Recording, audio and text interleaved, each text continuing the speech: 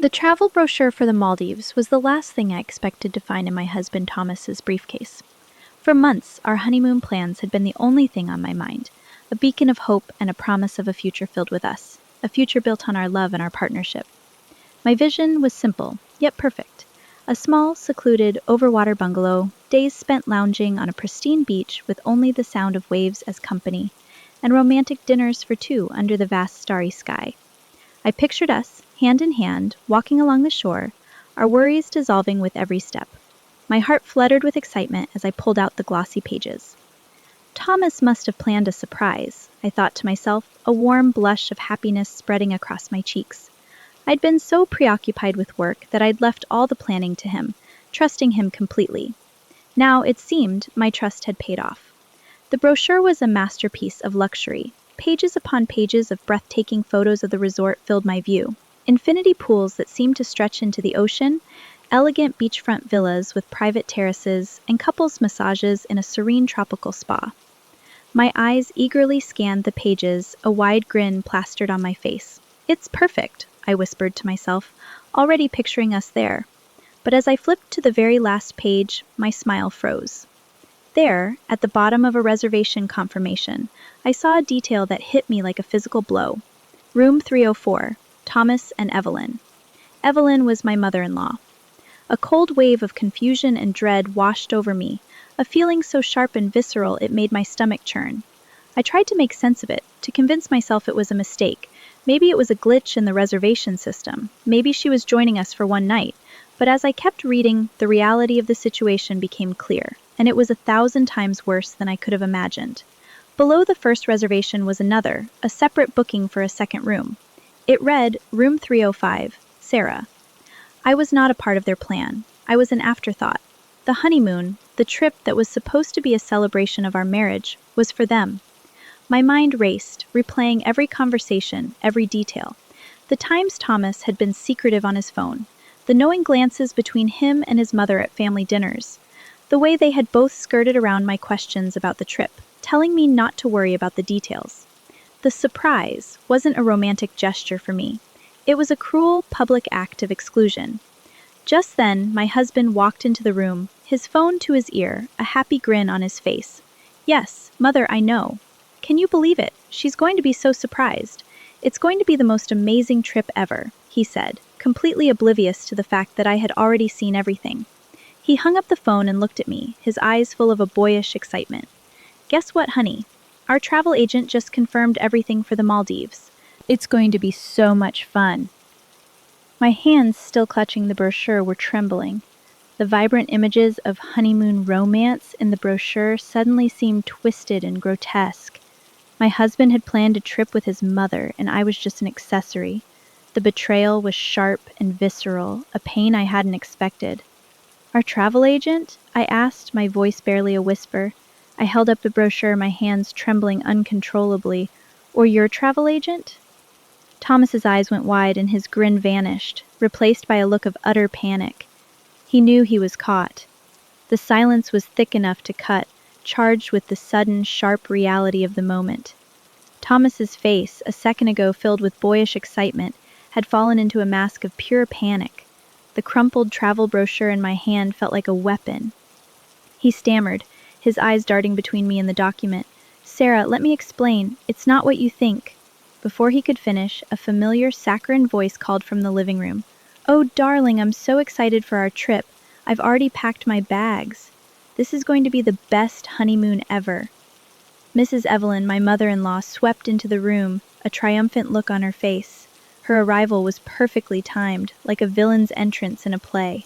Her eyes, full of a cold, calculating glee, landed on the brochure in my hand, and her smile widened. She knew exactly what I had discovered. "What is this, Evelyn?" I asked, my voice barely a whisper, thick with the weight of betrayal. "What's going on?" Mrs. Evelyn's smile faltered for a second before hardening into a condescending smirk. "Oh, Sarah, darling, Thomas was just about to tell you. It's a bit of a family tradition, you see. A mother and son trip to celebrate his marriage. It's a rite of passage for us. We do it for all our boys." I looked at Thomas, my heart aching with a pain so deep it made it hard to breathe. "A family tradition? What about our honeymoon, Thomas?" The one we've been planning for months? The one we promised each other would be just for us? Thomas finally looked up, his face etched with frustration and a hint of annoyance. He was not remorseful, he was inconvenienced. Sarah, don't be so dramatic. It's just a trip. My mother and I have always wanted to travel together, and this was the perfect opportunity. You can come along and relax. His words felt like a slap in the face. He was treating our honeymoon, a sacred symbol of our new life together, like a trivial detail. Mrs. Evelyn scoffed, her eyes twinkling with a cruel triumph. Relax? Darling, this trip is for us to reconnect. Thomas and I haven't had any quality time since he got married. You should be happy that we're getting along so well. He needs to have one last adventure with his mother before he's fully tied down. Her words were a poison arrow. I felt a surge of nausea. The blatant disrespect, the casual dismissal of my feelings, was a punch to the gut. I was not a wife. I was a rival. I was a third wheel in my own marriage, a problem to be handled. So you're saying that this isn't a honeymoon for us, but a trip for you and your mother? I asked, a bitter taste in my mouth. Well, it's a honeymoon for Thomas and me, Mrs. Evelyn said, her eyes twinkling with a cold, cruel triumph. You're just along for the ride. You can spend your time by the pool, dear. You know how much I love the water. We'll be fine. The raw, unadulterated arrogance of her words was astounding. I looked from my husband to his mother, and in their faces I saw a unified front. They were a team of two, a bond that I could never penetrate, and I was just an inconvenience. Arguing with them was pointless. They were not listening to me. They were simply waiting for me to break. A quiet, cold resolve began to settle in my mind, replacing the raw anger and hurt. I was no longer an emotional wreck. I was a person who had been wronged, and I was about to teach them both a lesson about what it means to be a wife and what it means to be a mother-in-law. This was no longer a conversation. This was a war. A sudden chilling calm settled over me. The raw, painful emotion that had threatened to overwhelm me was gone, replaced by a cold, sharp clarity. I looked from Thomas's panicked face to Mrs. Evelyn's smug smirk.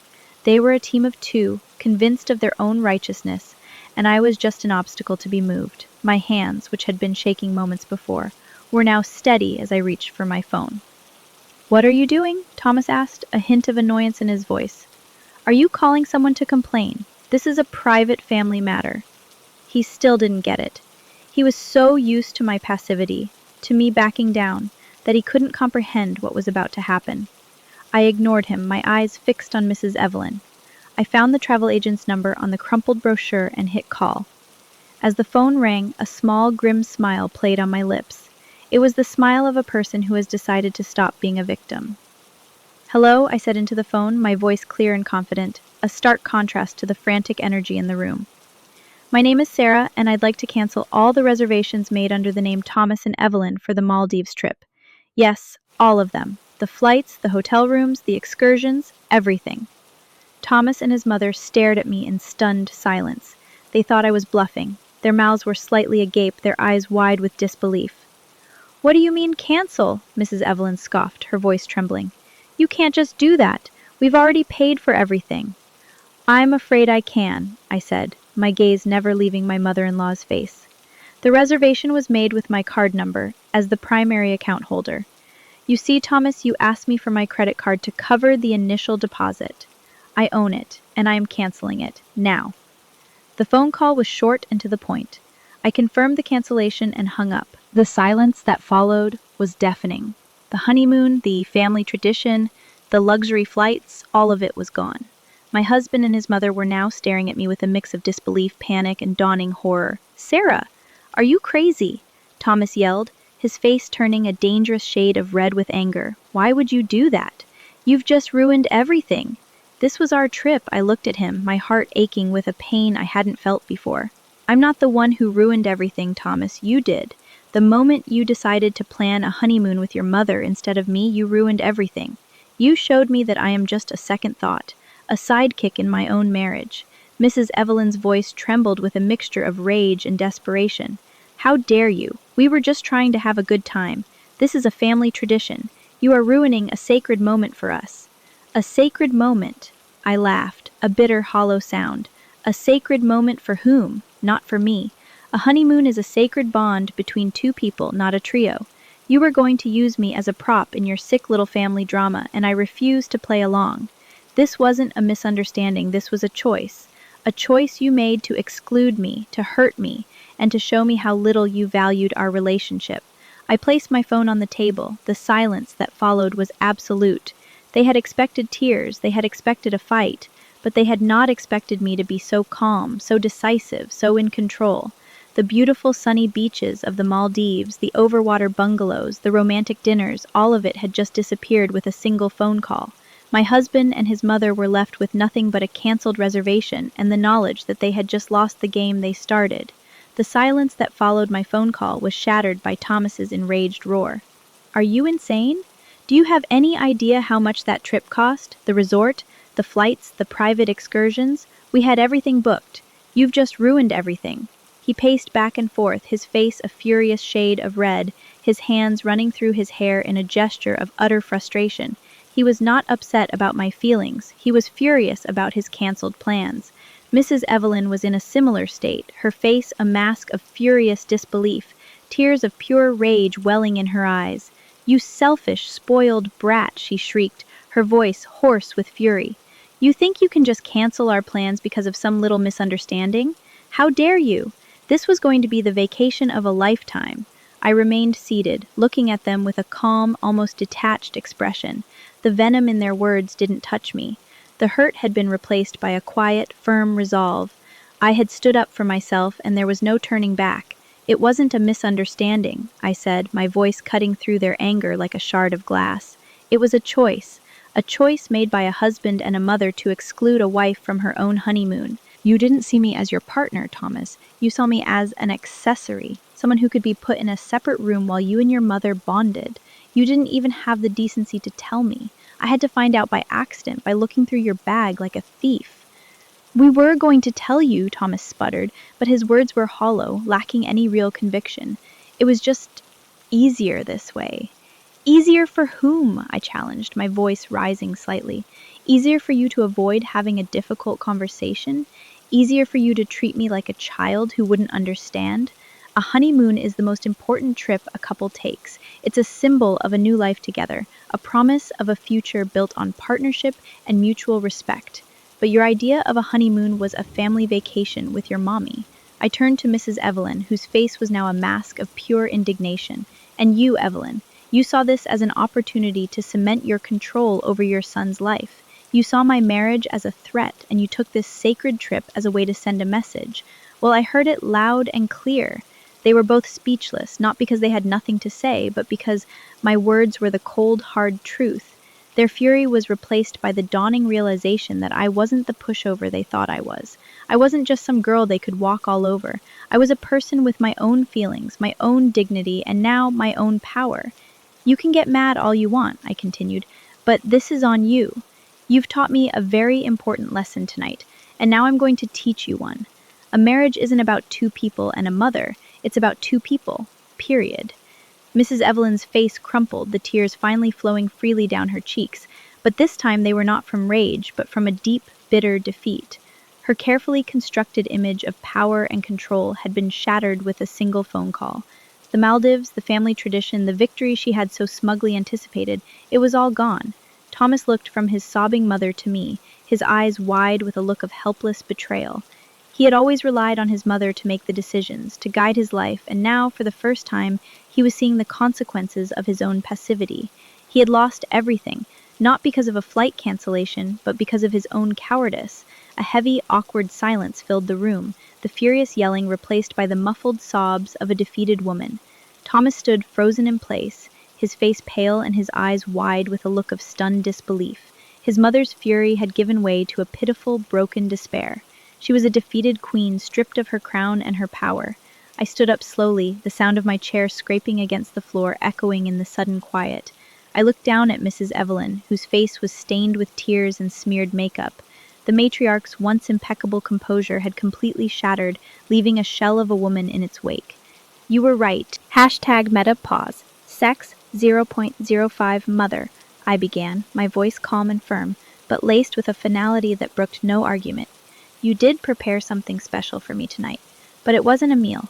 It was a lesson. I turned my gaze to my husband and his family, who were all staring at me with a mix of shock, disbelief, and dawning fear. This entire evening wasn't about the food. It was about respect.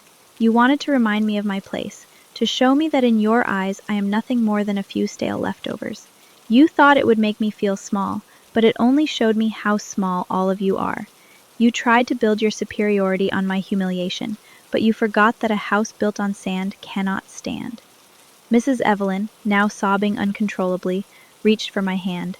Lena, please! It was just a joke. I didn't mean it. We can get you something else. The chef can cook anything you want. Her voice was a jumbled mess of apologies and pleas, but I gently pulled my hand away. It's too late for that. The real meal here tonight was a serving of cold, hard truth, and I'm afraid I've already had my fill. I looked at Mark, my husband, who was frozen in place, a picture of helplessness. And you, Mark, you stood there and watched. You watched your family mock me, and you said nothing. You watched your mother serve me a dish of pure disrespect, and you were more concerned with avoiding a scene than defending your own wife. This isn't just about a meal, Mark. It's about a fundamental lack of respect. It's about a husband who failed to see his wife as an equal partner. Mark's eyes pleaded with me, a flicker of genuine panic in his gaze. No, Lena, please don't say that. I love you. I'll make it right. I promise. We'll rebook our honeymoon, just us, I swear. I'll talk to my mother. Just, please don't leave. I shook my head slowly, a sad smile on my face. I can't stay. I can't be a part of a family that treats me like this. You have to figure out what you want, Mark. You have to decide if you want to be a husband or a son, and until you figure that out, I can't be here. Without another word, I turned and walked away from the table, my head held high. The family watched in stunned silence as I disappeared down the hall. The dinner boxes sat on the table, a testament to a bitter act of cruelty and a swift, satisfying act of revenge. Mrs. Eliza was still sobbing, her pride and power shattered, while Mark stared at the empty space where his wife had just stood, the weight of his inaction pressing down on him. The silence in the room was deafening, a fitting end to a meal of humiliation.